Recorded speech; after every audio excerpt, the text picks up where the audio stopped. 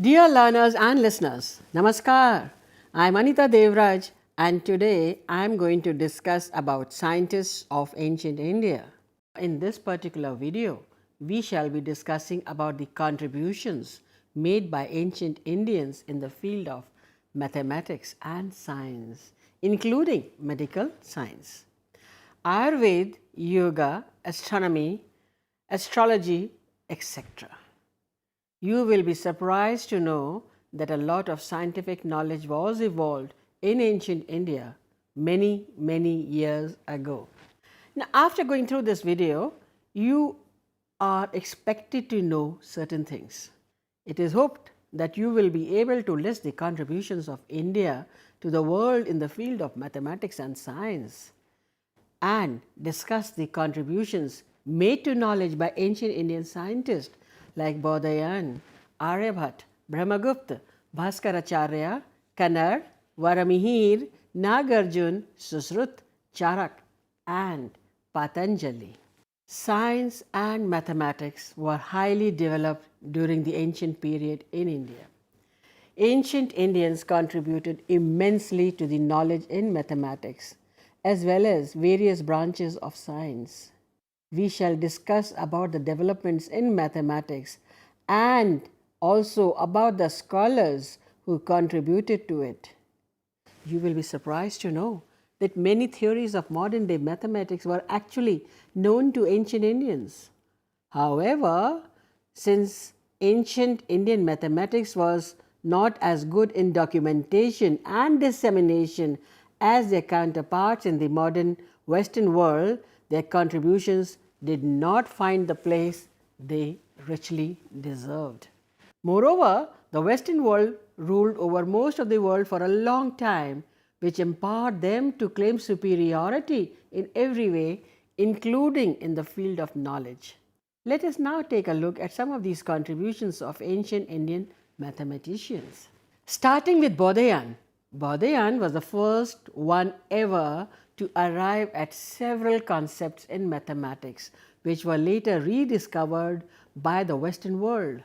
The value of pi is useful in calculating the area and circumference of a circle.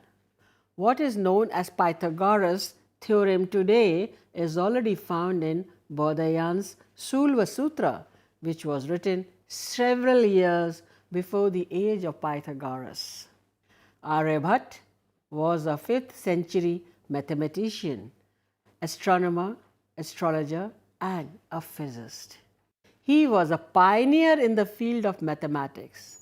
At the age of 23, he wrote Aryabhatiya, which is a summary of mathematics of his time. There are 4 sections in this scholarly work. In the first section, he describes the method of denoting big decimal numbers by alphabets. In the second section, we find difficult questions from topics of modern day mathematics such as number theory, geometry, trigonometry and Bij Ganit, that is algebra. The remaining 2 sections are on astronomy. Aryabhat showed that 0 was not a numeral only, but also a symbol and a concept. Discovery of 0 enabled Aryabhat to find out the exact distance between the earth and the moon. The discovery of 0 also opened up a new dimension of negative numerals. As we have seen, the last 2 sections of Aryabhatiya were on astronomy. Evidently, Aryabhat contributed greatly to the field of science too, particularly astronomy. In ancient India, the science of astronomy was well advanced. It was called Khagol Shastra. Khagol was a famous astronomical observatory at Nalanda, where Aryabhat studied. In fact, science of astronomy was highly advanced and our ancestors were proud of it. The aim behind the development of the science of astronomy was the need to have accurate calendars, a better understanding of climate and rainfall patterns for timely sowing and choice of crops, fixing the dates of seasons and festivals, navigation, calculation of time, and casting of horoscopes for use in astrology. Knowledge of astronomy, particularly knowledge of the tides and the stars, was of great importance in trade because of the requirement of crossing the oceans and deserts during night time. Disregarding the popular view that our planet Earth is Achala, that is, immovable, Aryabhat stated his theory that Earth is round and rotates on its own axis. He explained that the appearance of the sun moving from east to west is false by giving examples. One such example was when a person travels in a boat, the trees on the shore appear to move in the opposite direction. He also correctly stated that the moon and the planets shined by reflected sunlight. He also gave a scientific explanation for solar and lunar eclipse, clarifying that the eclipse was not because of Rahu and Ketu or some other Rakshasa planets. Do you realize now why the first satellite sent into orbit by India has been named after Aryabhat? Now we talk about Brahmagupta. In 7th century, Brahmagupta took mathematics to its height far beyond others. In his method of multiplication, he used place value in almost the same way as it is used today. He introduced negative numbers and operations on zero into mathematics. He wrote Brahmasputra Siddhantika, through which the Arabs came to know our mathematical system. Now, Bhaskaracharya was the leading light of the 12th century. He was born at Bijapur in Karnataka. He is famous for his book Siddhanta Shiromani. It is divided into 4 sections. Leelavati, which is dealing with arithmetic, Bij Ganit, that is algebra, Goladhyay, that is sphere, and Graha Ganit, that is mathematics of planets. Bhaskara introduced Chakravat method or the cyclic method to solve algebraic equations. This method was rediscovered 6 centuries later by European mathematicians who called it inverse cycle. In the 19th century, an Englishman, James Taylor, translated Leelavati and made this great work known to the world. Now we discuss about Mahaviracharya. There is an elaborate description of mathematics in Jain literature. Jain gurus knew how to solve quadratic equations. They have also described fractions, algebraic equations, series, set theory, logarithms, and exponents in a very interesting manner.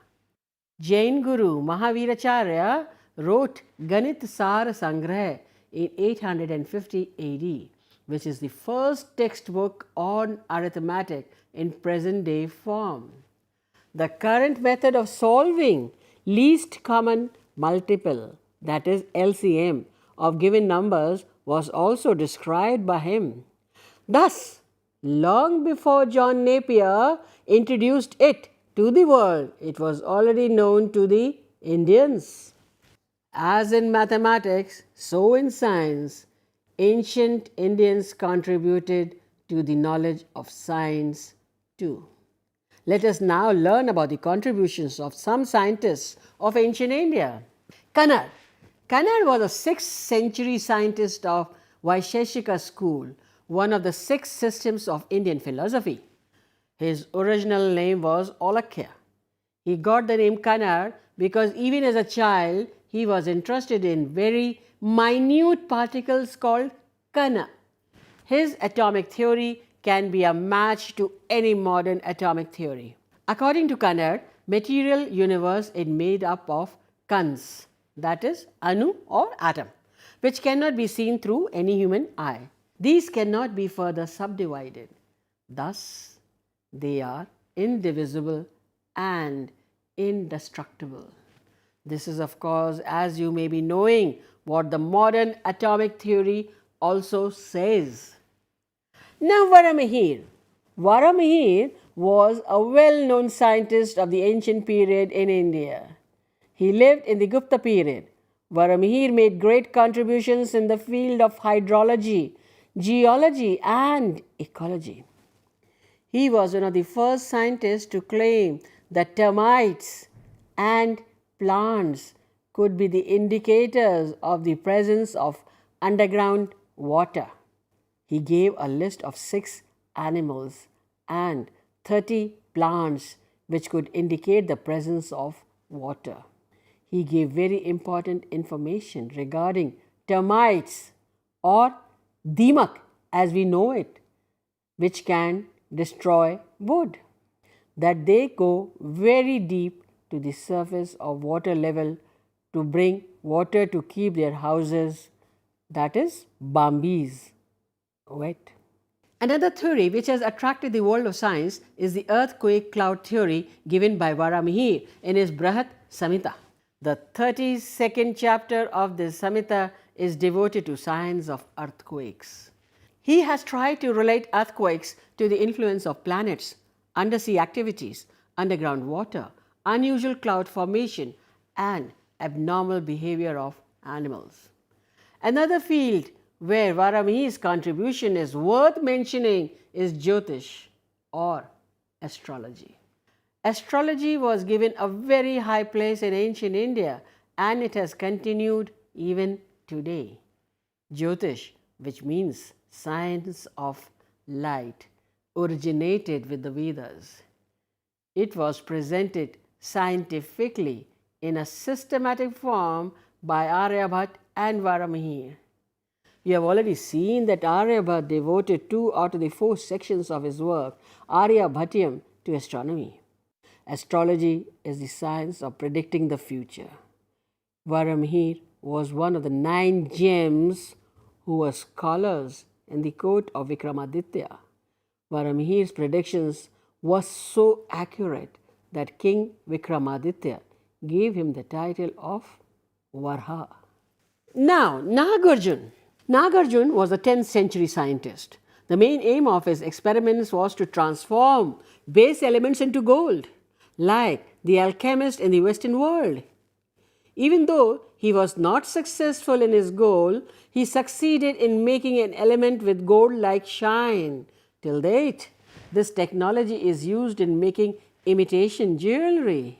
In his treatise, Ras Ratnakar, he has discussed methods for the extraction of metals like gold, silver, tin, and copper.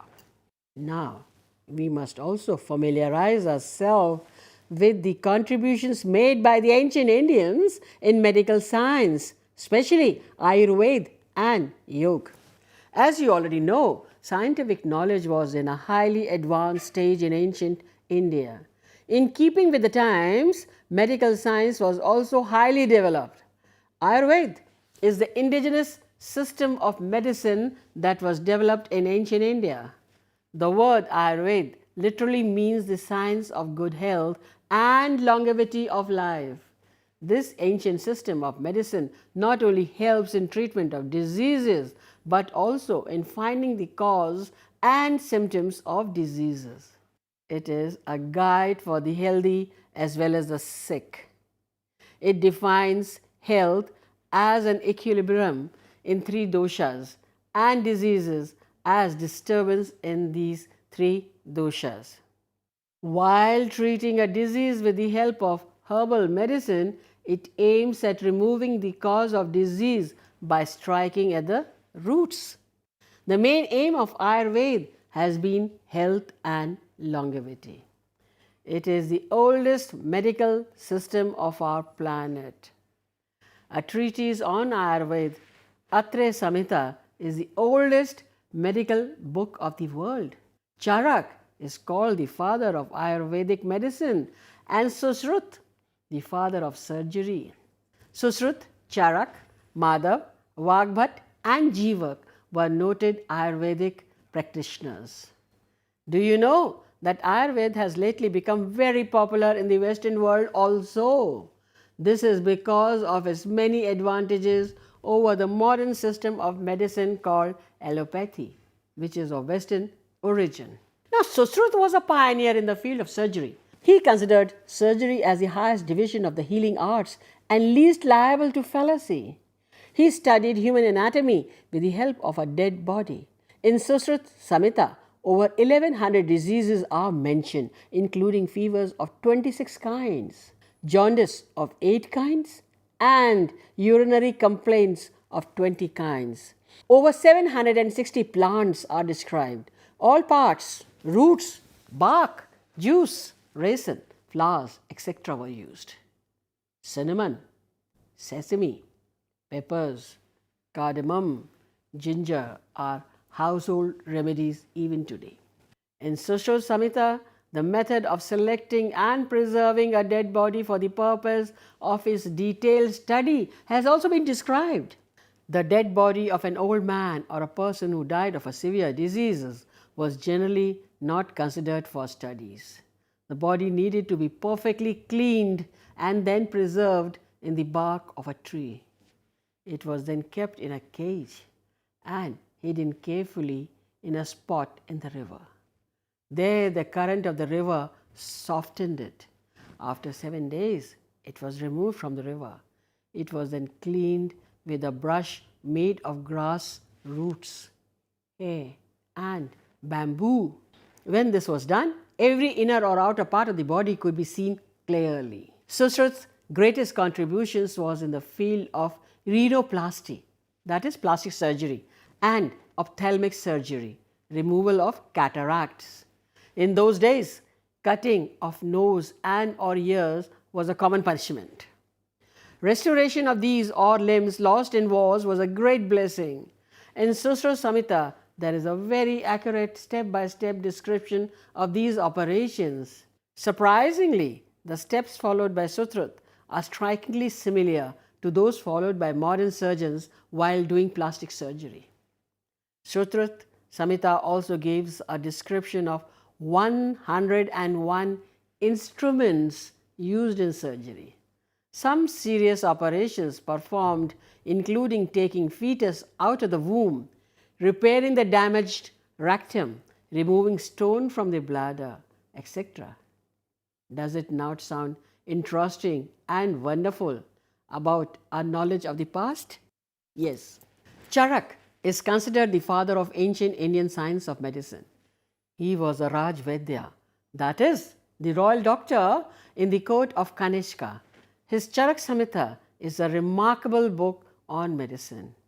It has the description of a large number of diseases and gives methods of identifying their causes as well as the method of their treatment.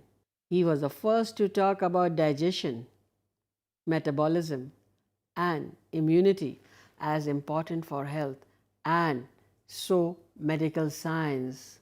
In Charak Samhita, more stress has been laid on removing the cause of diseases rather than simply treating the illness. Charak also knew the fundamentals of genetics. Don't you find it fascinating that thousands of years ago, medical science was at such an advanced stage in India? Now, the science of yoga. The science of yoga was developed in ancient India as an allied science of Ayurveda for healing without medicine at the physical and mental level. The term yoga has been derived from the Sanskrit word yoktra. Its literal meaning is yoking the mind to the inner self after detaching it from the outer subjects of senses. Like all other sciences, it has its roots in the Vedas.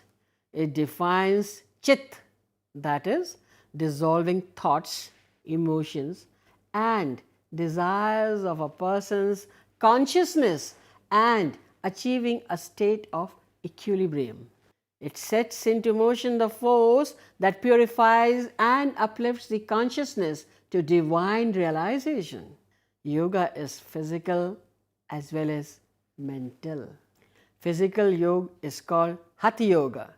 Generally, it aims at removing a disease and restoring healthy conditions to the body. Raj Yoga is mental yoga. Its goal is self-realization and liberation from bondage by achieving physical, mental, emotional and spiritual balance. Yoga was passed on by word of mouth from one sage to another. The credit of systematically presenting this great science goes to Patanjali. In the Yoga Sutras of Patanjali, Om is referred to as a cosmic sound, continuously flowing through the ether, fully known only to the illuminated. Besides Yoga Sutras, Patanjali also wrote a work on medicine and worked on Panini's grammar known as Mahabhashya. Now, I am going to sum up this entire discussion for you today. Science and mathematics were highly developed during the ancient period in India. Some famous Indian mathematicians were Bodhayan, Aryabhat, Brahmagupta, Bhaskaracharya and Mahaviracharya. Some famous scientists were Kanad, Varamihir and Nagarjuna. Medical science was also highly developed in ancient India. Ayurveda is the indigenous system of medicine that was developed in ancient India. The word Ayurveda literally means the science of good health and longevity of life.